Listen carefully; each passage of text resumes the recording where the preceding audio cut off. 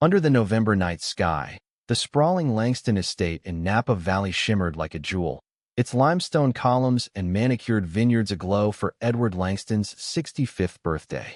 The billionaire vintner, whose $12 billion empire was built on global wine exports, hosted a gala where crystal chandeliers cast rainbows over mahogany-paneled walls.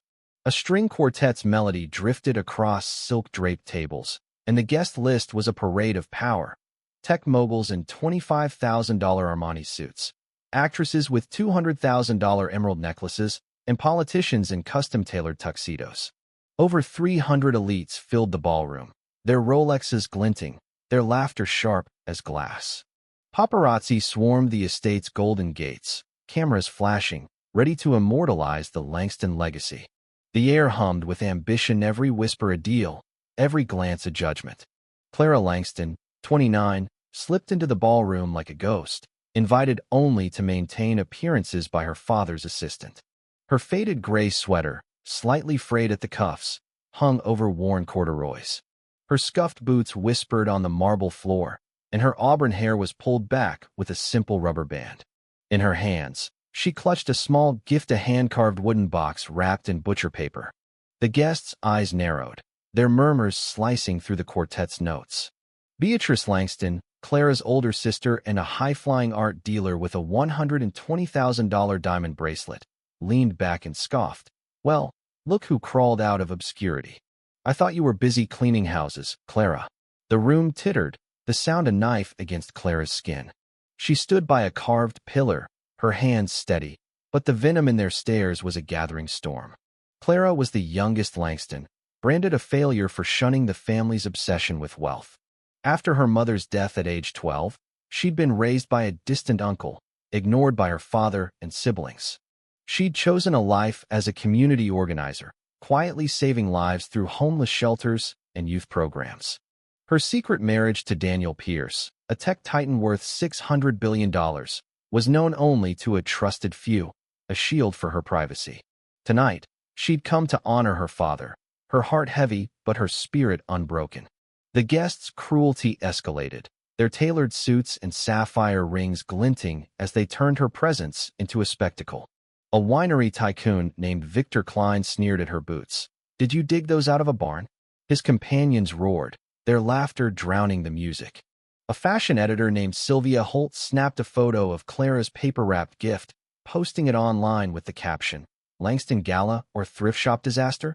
The post went viral, each notification a dagger to Clara's dignity. A young heiress shouted, "Did you weave that sweater from straw?"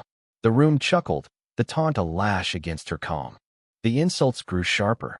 Edward Langston, the evening's host, his $250,000 watch gleaming, leaned to his son, Theodore, and muttered, "She's a stain on our name. No place for her here." Theodore, a crypto mogul with ruby cufflinks, nodded. "She drags us down. Why is she even here?" "A cousin," Margot Steele snorted, "probably begging for a handout." The room laughed, the sound a whip against Clara's poise. She clutched her gift tighter, her hazel eyes steady, but the weight of their scorn was suffocating. Near the ballroom's rosewood fireplace, a group of Langston allies spun their contempt into a viral assault. A blogger named Felix Grant live-streamed, sneering, "Clara Langston, proof you can't buy class." Hashtags like Langston Reject trended as guests shared the stream, their champagne flutes raised in mockery. The cruelty peaked when Beatrice stood, her bracelet flashing. "Aren't you ashamed to show up like that in front of your own family?" she declared, pointing at Clara. The room erupted, cameras flashing, the press shouting questions. Clara stood quietly, no chair offered, her presence unshaken. Then, the estate gates parted, and a fleet of black Bentleys roared up the driveway. Security in sharp suits cleared a path, and Daniel Pierce stepped out, his presence a thunderclap. At 37, the CEO of Pierce Global, a tech empire spanning AI and renewable energy, he was the fourth richest man alive. His tailored suit was understated, his green eyes fierce. One deal from him could shift industries. One word could collapse markets. The ballroom froze, flutes forgotten, as Daniel strode past the VIPs, took Clara's hand, and kissed it. "I'm here for my wife," he said, his voice cutting through the silence. She doesn't need to endure another second of your disrespect. The room gasped, the truth a lightning bolt. Daniel's gaze swept the Langstons. Clara is my heart, he said, producing a contract tying his empire's investments to her decisions. Beatrice's bracelet dulled as her gallery faced audits. A guest who mocked Clara's boots dropped his glass, his Langston-backed deal at risk. Daniel revealed a faded photo of Clara saving his life during a hiking accident 4 years ago, their secret marriage a choice to protect her humility. A screen descended, showcasing Clara's work shelters funded, lives saved, all under a pseudonym. She's a hero, Daniel said, turning to Edward. Your winery depends on my investments. Clara decides their fate. Guards handed Edward a tablet showing his stocks plummeting. He sank into his chair, his watch dim, his empire crumbling. Clara spoke, her voice clear. Family is love, not wealth. She unveiled her gift, the wooden box, its craftsmanship flawless. Daniel presented a ring, a sapphire once owned by royalty. Beatrice's gallery lost sponsors, Theodore's crypto firm faced audits, and Margot's media platform collapsed. The Langstons' allies slipped away, their wealth meaningless. Clara and Daniel walked out, paparazzi flashing, the world buzzing with the reveal of Daniel's humble wife.